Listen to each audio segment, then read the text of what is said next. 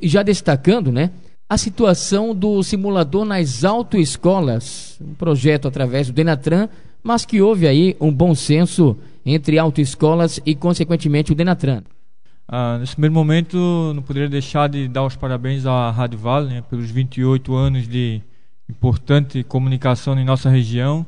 E é um dos veículos mais importantes aqui da nossa cidade e região, que faz com que a gente possa interagir com os nossos clientes, amigos e assim por diante.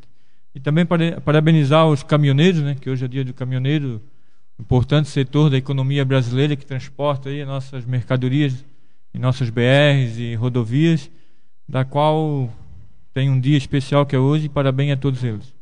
Com relação aos simuladores, né, já foi a situação já resolvida, que é alternativa, é opcional, né, a autoescola coloca se quiser. Em lugar do simulador foi colocado 5 aulas a mais, aula prática de carros. Então eu acho que foi a situação mais, por assim dizer, bem mais reduzida, bem mais resolvida, né? Vai dar uma importância maior na aprendizagem dos alunos, que passou de 20 para 25 aulas práticas de carro. Então eu acho que a tendência é o aluno sair cada vez mais bem preparado, melhor para estar dirigindo em nosso trânsito cada dia mais complicado e caótico. Na época do projeto, qual era a maior dificuldade das autoescolas em aderir a esse projeto? A dificuldade maior era o valor, né, imposto pela compra desse tipo de simulador, né? Existiam 4 opções, da qual era em torno de R$40 mil, mas teria que ter toda uma sala acústica, mais um instrutor e toda uma série de outros componentes, das quais componentes importados, que quem comprou não funciona.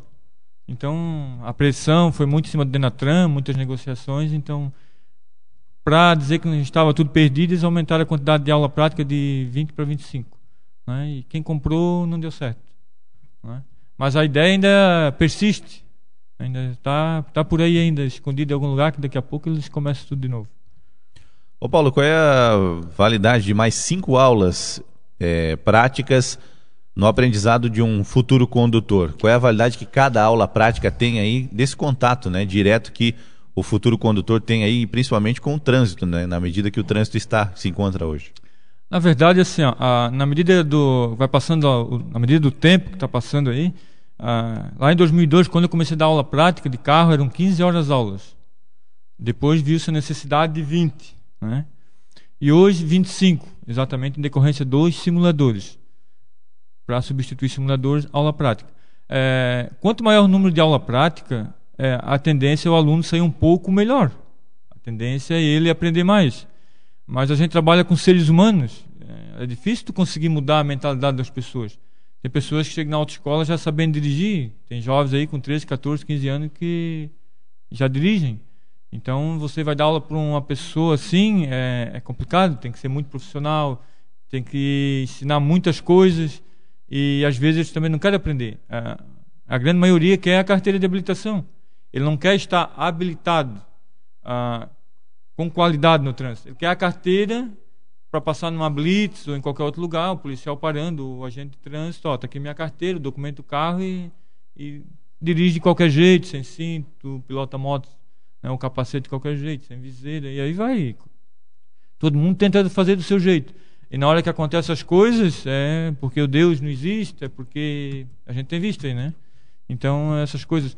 Mas é muito difícil a gente conseguir colocar na mentalidade das pessoas que o trânsito é o que mais mata, é o mais complicado, é o que mais leva as pessoas para a cadeira de roda, que ficam, né, sem poder trabalhar por muito tempo, é o que leva mais prejuízo para as empresas, para os hospitais que estão cheios, né? O Hospital Regional de São José é o que pega todas as pessoas com ferimento.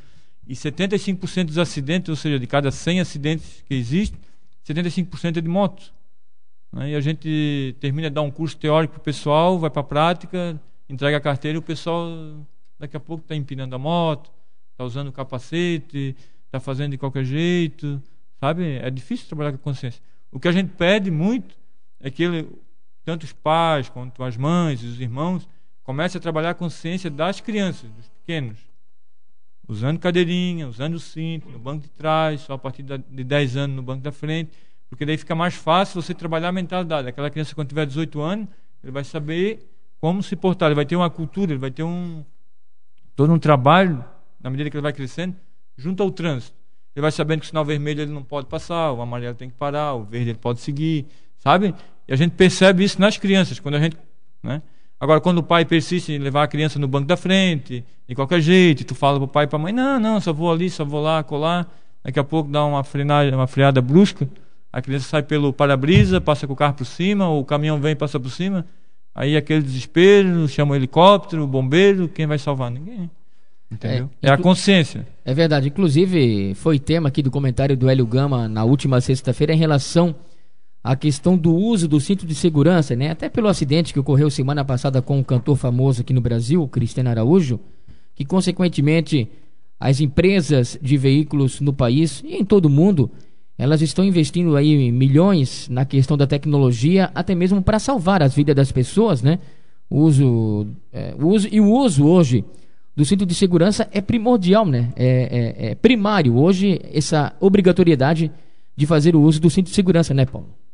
As pessoas acham que usar o cinto de segurança é só para... Tanto é que as pessoas usam mais no banco da frente, né? Porque você está se locomovendo na direção de um policial ou coisa parecida, a primeira pessoa a ser vista é o motorista e o caroneiro do lado do motorista, né? E o pessoal de trás tem o hábito de não usar cinto porque ninguém consegue ver, né? Mas na verdade... quando acontece um acidente, o pessoal que está atrás pode matar quem está na frente de cinto, pode esmagar o corpo de quem está na frente. Então é a consciência que vai melhorar isso aí. Enquanto a gente não tiver a consciência disso, é o hospital, é a ambulância, aquela correria, dia que chove, então é uma loucura, né? Então é complicado. E assim a gente vai tentando melhorar um pouquinho o trânsito na medida do possível, né? Ô Paulo, o Centro de Formação de Condutores Marcelino completa 5 anos de atuação na cidade. Como é que foi esse trabalho? Exatamente, dia 15 de janeiro de 2010, às 15 horas e 30 minutos, a gente recebeu a ligação do Detran que a gente poderia começar a trabalhar, abrir as portas, porque na verdade a autoescola já estava montada já.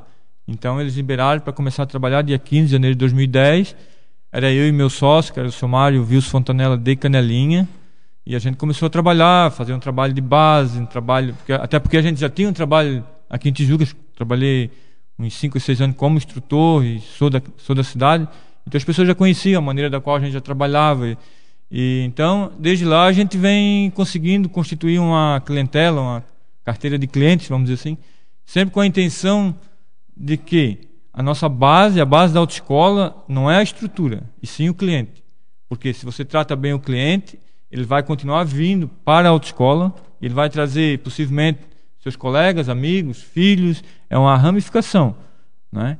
Então desde lá esse crescimento nosso tem sido mais por causa desse fator, de respeitar o cliente, de ser parceiro, de estar sempre querendo ajudar o cliente num todo, e não só ver aquele momento de pegar o dinheiro do cliente e depois o cliente corra atrás de pegar a carteira, né? Então assim, é você respeitar o cliente para estar sempre no mercado.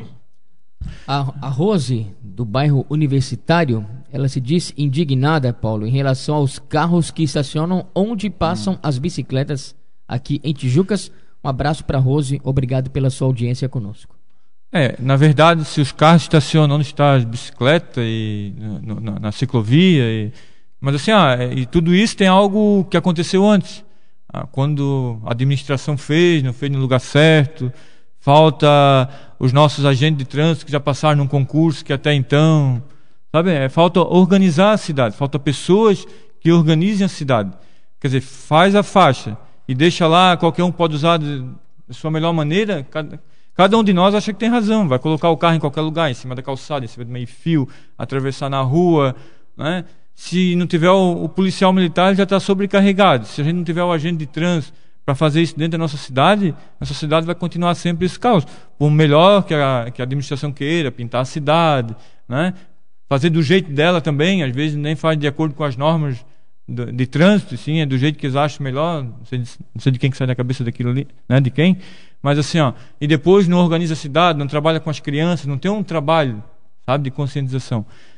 Aí fica assim, né? Fica essa bagunça, né? Que faz o asfalto, esburaca o asfalto, depois faz um quebra-mola pelo asfalto afora e aí? A gente da autoescola, a gente procura conscientizar o máximo possível as pessoas, né? Mas veja só, também não adianta eu criticar os outros se eu faço tudo errado. Primeiro eu tenho que procurar fazer o mais correto possível, me policiar, para depois eu pedir que as outras pessoas também façam o mais correto. Não adianta eu fazer errado e pedir que o outro faça correto, né?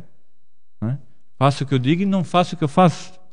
Daí não dá. É verdade. Paulo, nós queremos agradecer a sua participação conosco aqui no Jornalismo da Vale, destacando mais alguns assuntos relacionados, portanto, ao trânsito nesta terça-feira. Obrigado mais uma vez. Eu gostaria de dizer que desde 2010 a gente tem procurado investir em estrutura, né? Tanto é que a gente é a única autoescola na cidade que tem uma estrutura própria, com estacionamento para bicicleta, tem um bicicletário, estacionamento para moto, para os carros dos nossos clientes. Temos a pista de moto no lado da moto, temos a garagem ali na própria estrutura da autoescola, né? A gente agora tem procurado modificar toda a parte de carros, né? Que a gente está com... É a única autoescola, a gente não copia dos outros, a gente inova, tenta inovar, tenta fazer a diferença. A gente colocou, é a única autoescola na região que tem um sedã, a gente está com um carro sedã que é um Kobo, porque muitas famílias têm sedã em sua casa e os filhos vão para a autoescola, ou a esposa, ou mesmo o marido fazer habilitação e vão aprender a dirigir um carro reto. É diferente. Um sedã com porta-mala grande é diferente para você estacionar em qualquer lugar, tá? Todos os carros não tem mais nenhum 1.0, é 1.4, 1.6, com maior qualidade de motor, com ar, direção, né, airbag. Sabe assim, procurar melhorar. Se depois o cliente ele vai optar em dirigir um carro mais simples, dentro da necessidade dele, aí é uma questão de vida dele. Mas assim, cabe à autoescola proporcionar à clientela o melhor possível, o que tem de melhor no mercado. É isso que a gente procura. A gente tem um instrutor teórico, a gente sempre teve excelentes instrutores teóricos. A gente tem um instrutor teórico agora que começou em fevereiro. De fevereiro até hoje, a gente já formou umas 12 turmas, reprovou só um aluno. Pela qualidade da matéria, né, de como a gente está conduzindo o aprendizado do trânsito para os nossos alunos estão vindo fazendo a primeira habilitação. Então, isso é importante. Que o nosso objetivo, na verdade, não é levar o aluno para fazer a prova, para fornecer a carteira. Na verdade, é conscientizar o aluno com toda a matéria de legislação de trânsito, como ele vai se comportar no trânsito, porque a prova lá no Detran é só uma consequência do que ele está fazendo para conseguir a habilitação, né? E uma das coisas também que as pessoas acham que procurar autoescola é só para conseguir a carteira de habilitação. Na verdade, ela tem que passar por várias etapas para estar habilitado. Porque entregar um carro a uma pessoa que não sabe nenhuma regra de trânsito e simplesmente vai acelerar, e na hora que tem que frear ele vai acelerar mais ainda, ele pode matar toda uma família, ele pode matar outras pessoas, como a gente vê no dia a dia aí. Então, assim, o objetivo da Autoescola Marcelino não é entregar a carteira para ninguém, não é cobrar um valor, está aqui a tua carteira, e não é facilitar nenhum exame, e sim a pessoa vai fazer as coisas de acordo com como tem que fazer, como está a legislação. Eu acho que é por isso que a gente tem crescido no mercado, porque a gente não ajuda em exame médico, a gente não ajuda em psicotécnico, a gente não ajuda em prova teórica, porque não pode, e também não damos jeitinho. O que a gente procura é fazer o máximo possível para o aluno dentro da autoescola, dentro dos limites da autoescola. Outra coisa só importante que eu queria ressaltar, com relação à segunda via de carteira. Hoje, para a pessoa, muitas pessoas perdem, são roubadas seus documentos, tem que fazer a segunda via de carteira. Hoje, o valor de segunda via de carteira é R$160. Se tem alguém que paga R$200 a mais para a autoescola, porque o Detran cobra, porque a Ciretran cobra, não cobra. Na verdade, a autoescola está querendo pegar um valor a mais da pessoa, uma extorsão, está extorquindo algo a mais para poder ter a carteira mais rápido. Na verdade, ela paga R$160, porque a gente vai pagar uma taxa de emissão de carteira.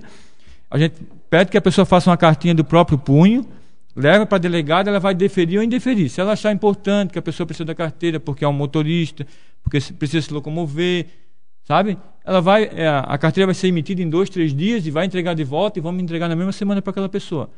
E não que vamos cobrar mais R$200, R$300 a mais para dar agilidade. Na verdade, o Detran não cobra mais nada por isso, só o valor da emissão da carteira.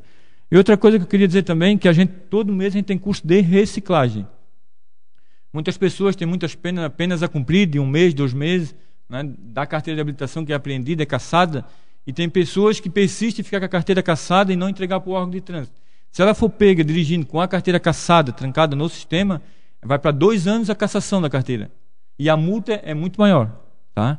Então, assim, as pessoas que têm alguma penalidade para cumprir, entregue a carteira, faça o curso de reciclagem. A gente emite o certificado, vai lá e resgata a carteira após cumprir a penalidade, que às vezes é 1 mês, 2 meses, e assim por diante.